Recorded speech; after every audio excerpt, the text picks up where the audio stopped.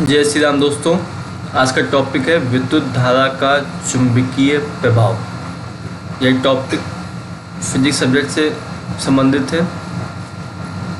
To the points हैं सभी चीज़ें, और समान जनमानस में जीवन में जो चीज़ें आप यूज करते हैं, हमारे साथ हम भी यूज करते हैं, उसी से संबंधित ये टॉपिक है। चलिए देखते हैं। चुंबक के निकट लाने पर दिक्सूचक मीन्स क्या होता है? कंपास, दिशा सूचक।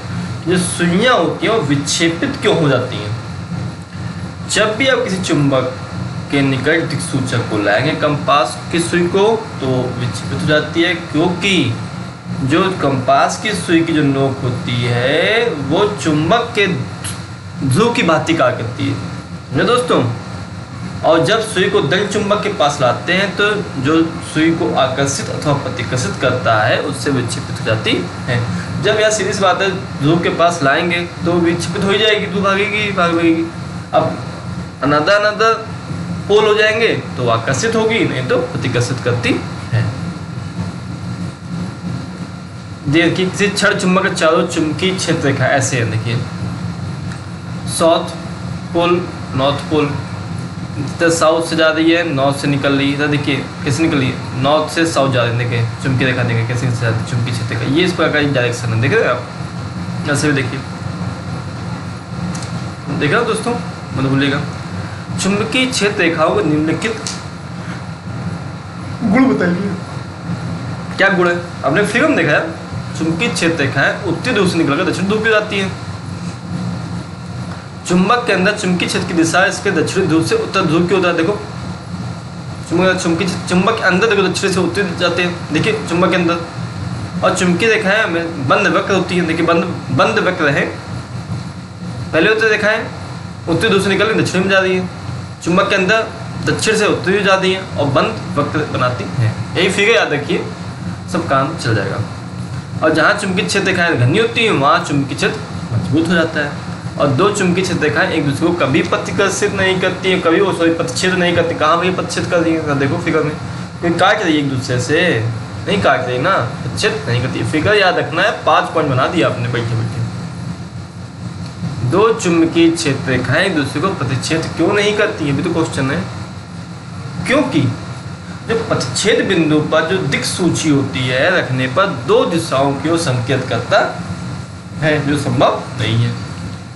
अब आगे देखिए, मेज की तल पर पड़े तार के वृत्ताकार पास पर विचार कीजिए। मान लीजिए कि इस पास में दक्षिणावर्त विद्युत धारा प्रवाहित हो रही है और दक्षिण हस्त अंगुष्ठ नियम को लागू करके पास के भीतर चुंबकीय क्षेत्र की दिशा को ज्ञात कीजिए।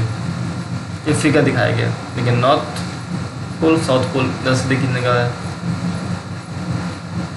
आकृति वृत्त का पास किए, चुंबकीय क्षेत्र को दर्शा रहा है, और जो दाहिने अंगूठे के नियम को लागू करने में पाया है कि चुंबकीय क्षेत्र रेखाएं पास के अंदर मेज के तल की लंबवत बाहर की ओर निर्देशित हो रही हैं, जबकि पास के बाहर या अंदर की ओर निर्देशित होती है। अब फिर कहता है किसी दिए गए क्षेत्र में चुंबकीय क्षेत्र एक समान है, इसे निरूपित करने के लिए आरेख खींचिए। जब भी किसी क्षेत्र में चुंबकीय क्षेत्र एक समान होता है तो रेखाएं एक दूसरे के समानांतर, समान दूरी पर समान लंबाइयों की होती हैं। देखिए हैं। अब बहुविकल्पी क्वेश्चन है, आंसर देखते हैं। किसी विद्युत धारावाही सीधी लंबी परिनालिका के भीतर चुंबकीय क्षेत्र कैसा होता है? भैया चाहे सीधी धारावाही परिनालिका के भीतर सभी जगह चुंबकीय क्षेत्र सभी बिंदुओं पर समान होगा, कहीं पे भी छू लोगे करके लग जाता है यार। ऐसा देखा कभी तुमने? एक तुमने रॉड ले लिया, रॉड में करंट प्रवाहित कर दिया, कोई नंगा वायर छुआ दिया, तो वहाँ छुएंगे तो वहाँ करने लगेगा। ऐसा होता है? नहीं होता है ना। सीधी लंबी परिनालिका में सभी जगह बिंदु पर समान लगता है। देखिए रह पड़ा है, देन नॉर्थ से साउथ जा रहे हैं ना, अंदर से अंदर जा रहे हैं ना, वृत्त बना रहे हैं ना। किसी पुटान का निम्नलिखित में से कौन सा गुण किसी चुंबकीय क्षेत्र में मुक्त गति करते समय परिवर्तित हो जाता है? बताइए। मुक्त गति करते समय परिवर्तित हो जाता है वेग और संवेग। क्षण ए बी में प्रवाहित विद्युत धारा में वृद्धि हो जाएगा। क्या विद्युत धारा प्रवाहित की जाए तो क्षण के विस्थापन में भी वृद्धि होती है। अधिक प्रबल नाल चुंबक प्रयोग किया जाए तो छड़ AB का विस्थापन भी बढ़ेगा। और यदि छड़ AB की लंबाई में वृद्धि कर दी जाए तो लंबाई में वृद्धि कर दी जाएगी, तो उस पर लगने वाला बल भी बढ़ेगा और विस्थापन भी बढ़ता है। पश्चिम की ओर प्रक्षेपित कोई धनावेशित कलमिश अल्फा का जो चुंबकीय क्षेत्र उत्तर की ओर विक्षेपित हो जाता है, चुंबकीय क्षेत्र की दिशा क्या होगी दोस्तों? चुंबकीय क्षेत्र की दिशा ऊपरी मुखी होगी, ऊपरी मुखी होगी। ठीक है दोस्तों, अब आप इसके बाद देखेंगे फ्लेमिंग्स के दाएं और बाएं हाथ के नियम। चलिए देखते हैं फ्लेमिंग के दाएं हाथ का नियम। पहले इसमें देख लेते हैं फिगर में। अंगूठा दिखा रहा है, पहली उंगली चुंबकीय क्षेत्र दिखा रही है, सेकंड नंबर उंगली विद्युत धारा दिखा रही है। जो चुंबकीय क्षेत्र है सीधे दिखा रहा है, बल दर दिखा रहा है, धारा दिखा रही है। ये फ्लेमिंग के बाएं हाथ, अपना बाएं हाथ पीस कीजिए मेरे साथ, आपको समझ में आ जाएगा। अब क्या देखता है फिगर देखिए। बाएं हाथ की तर्जनी मध्यमा अंगूठे को इस प्रकार फैलाएं कि तीनों एक दूसरे के परस्पर लंबवत हों। लंबवत यदि तर्जनी चुंबकीय क्षेत्र दिशा और मध्यमा चालक में प्रवाहित धारा की धारा को दिशा को संकेत करें तो अंगूठा चालक की दिशा तथा चालक पर आरोपित बल की संकेत करता है। जो अंगूठा है वो इस पर निर्देशित करता है, चालक पर आरोपित बल की दिशा को संकेत करता है। इस फिगर के माध्यम से आप देख सकते हैं। विद्युत मोटर का सिद्धांत कैसे? घर मोटर लगी है, मोटर खराब हुई, ये सिद्धांत तो देख लो। विद्युत मोटर के कार्य करने का सिद्धांत विद्युत धारा का चुंबकीय प्रभाव पर आधारित है। अभी मत भूलेगा, भी आ जाए विद्युत धारा का चुंबकीय प्रभाव विद्युत मोटर के सिद्धांत पर आधारित है, डिपेंड है विद्युत धारा के चुंबकीय प्रभाव पर आधारित है। और चुंबकीय क्षेत्र में लोहे के क्रोड पर लिपटी कुंडली से, पता नहीं वायरिंग वो खराब हो गई, वो वही है, लिपटी कुंडली से जब विद्युत धारा प्रवाहित की जाती है तो वह एक बल का अनुभव करती है।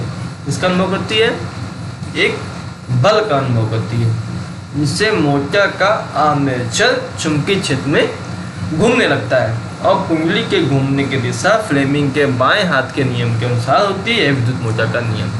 दो बातें, चुंबकीय प्रभाव पर आधारित है, फ्लेमिंग के बाएं हाथ के नियम पर आधारित है, और जब विद्युत धारा कुंडली से प्रभावित होती है तो एक बल का अनुभव करती है, उसी कारण मोटर का आर्मेचर चुंबकीय क्षेत्र में घूमने लगता है, इससे विद्युत मोटर चलती है।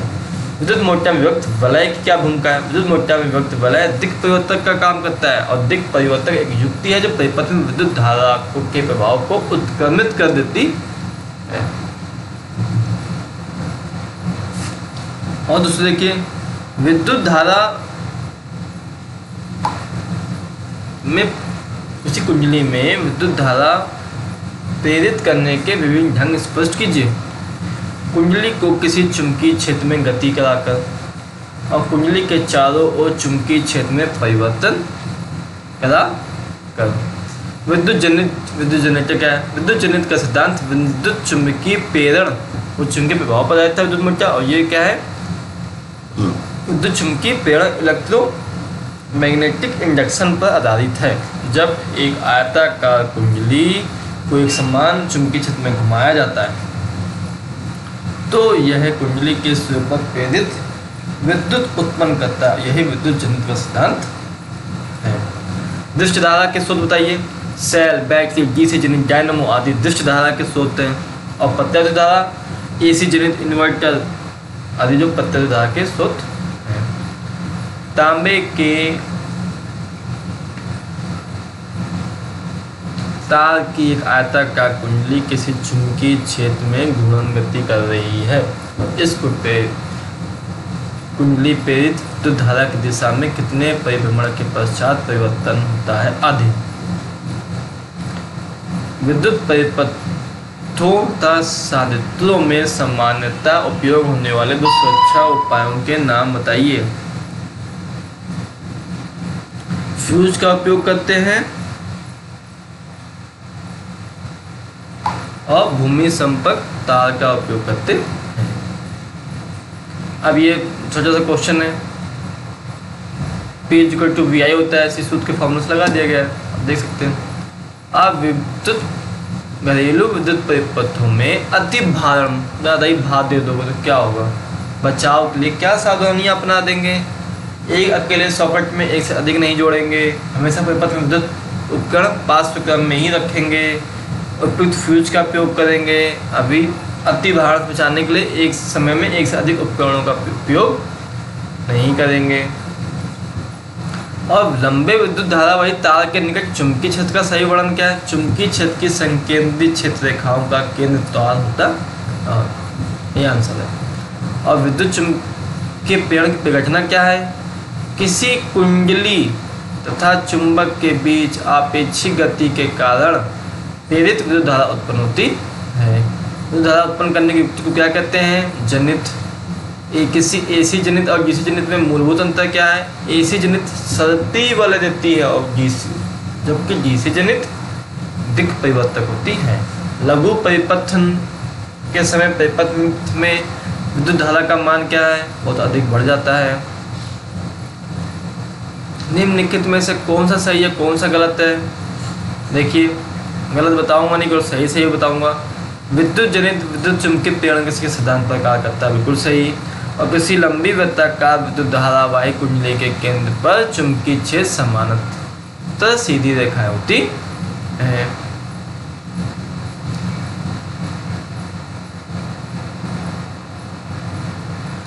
दोस्तों, आज आप हमारे साथ छोटे से चैप्टर में बने रहे। आप सभी का बहुत बहुत धन्यवाद। जय हिंद, जय भारत।